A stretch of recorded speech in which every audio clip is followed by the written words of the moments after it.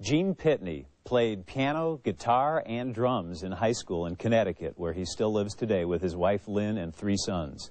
He studied electronics in college and felt at home in recording studios of the 60s, playing and overdubbing every instrument and multi-tracking his vocals.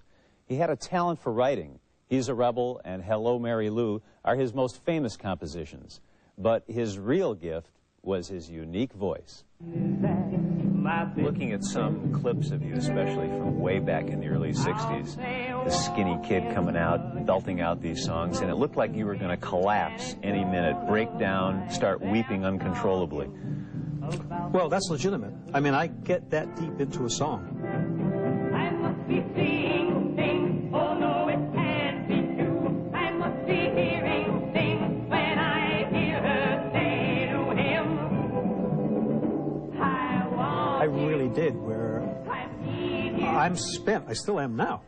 When I do a show, I don't have anything mentally or physically left to give when that show is over. I want to give it all away. In 1962, the Academy Awards, this big Hollywood production of Town Without Pity, you step out, you do the song, you're like 21 years old. Very, very unusual at that time for a pop star to be doing a song on the Oscars, right?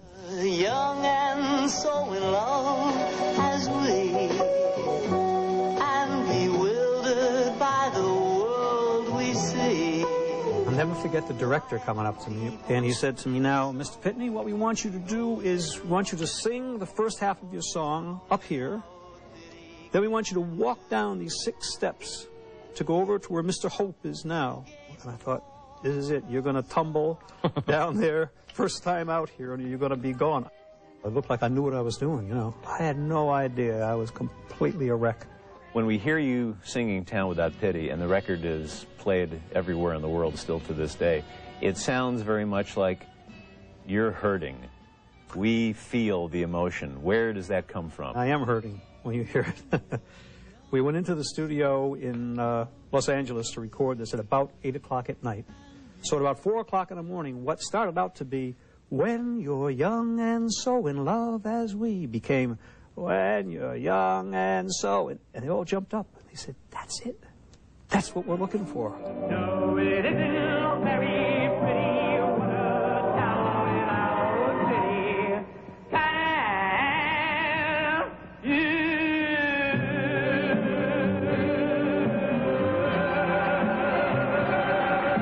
Did you do The Man Who Shot Liberty Valance? Did you get to do that because of the success of Town Without Pity?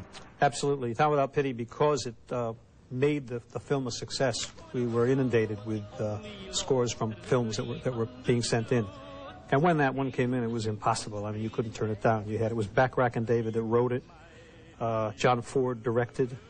Jimmy Stewart, Lee Marvin, and John Wayne in the film. I mean, pretty heavy-duty stuff. The man who shot Liberty Valance, he shot Liberty Valance. He was the bravest of them all.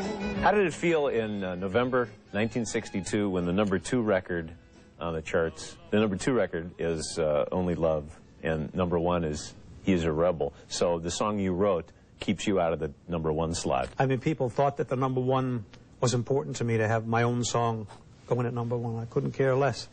To have 2 songs like that on top of the charts and be creatively involved in both of them, I thought was just terrific.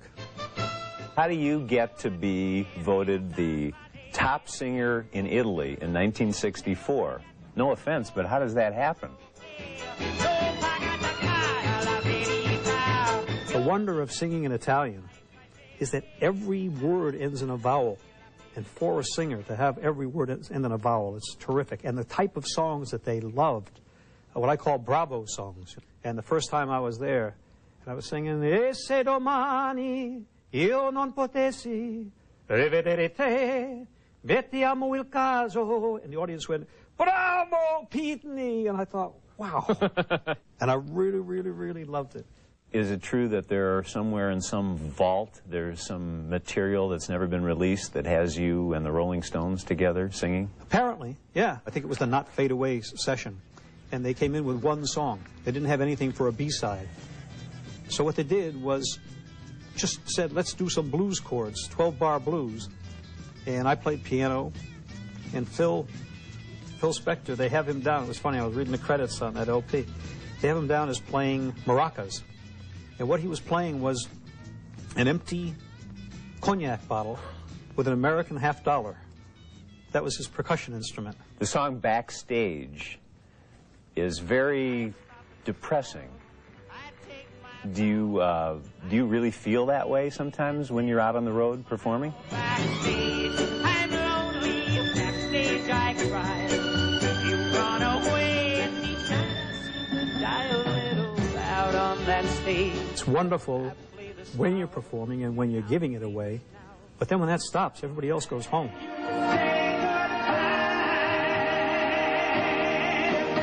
Why, with all of your worldwide popularity for 30 years, you're a big overseas concert draw, and in this country, your records are on the radio all the time, and we never see you interviewed, ever, anywhere, anytime? There's this one book that was out, like a Where Are They Now type thing, and it said, Gene is a recluse, so who's going to call me to talk?